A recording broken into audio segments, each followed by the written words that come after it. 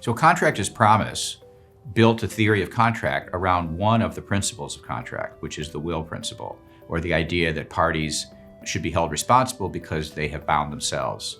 They have committed themselves to be bound in the form of having made a promise. Now, most of the time, what we say is consistent with how we really think. So there really is no conflict between a promise theory and the objective theory of contract. But what happens when there's a difference? What happens when we say one thing but we really mean another, or we didn't really realize what we were talking about when we said those things? And what happens when that happens and you can prove it? Does that party get out of the contract because they didn't really mean it? That they may have seemed like they did, but they honestly didn't?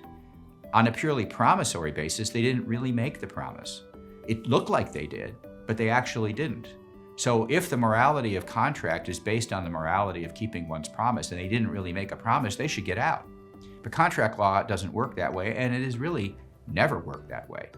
Instead, what contract law requires is an objective manifestation of assent. That's what contract law requires. Now, here's the trick. There actually is a subjective twist to modern contract law.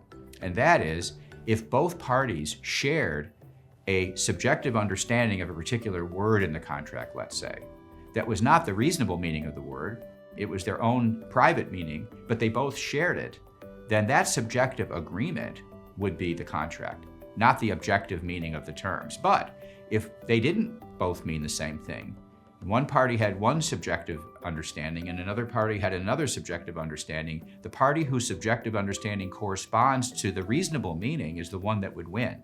The party whose subjective understanding differed from the objective meaning would lose.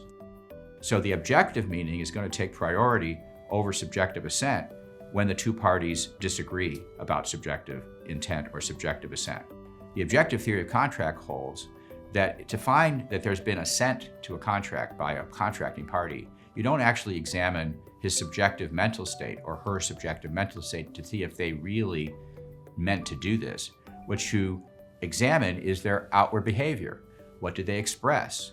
What was the reasonable meaning of the words they used? When they say, I consent or I promise, it doesn't matter whether they secretly did or did not. What matters is what they said and what a reasonable person would think they meant when they said that.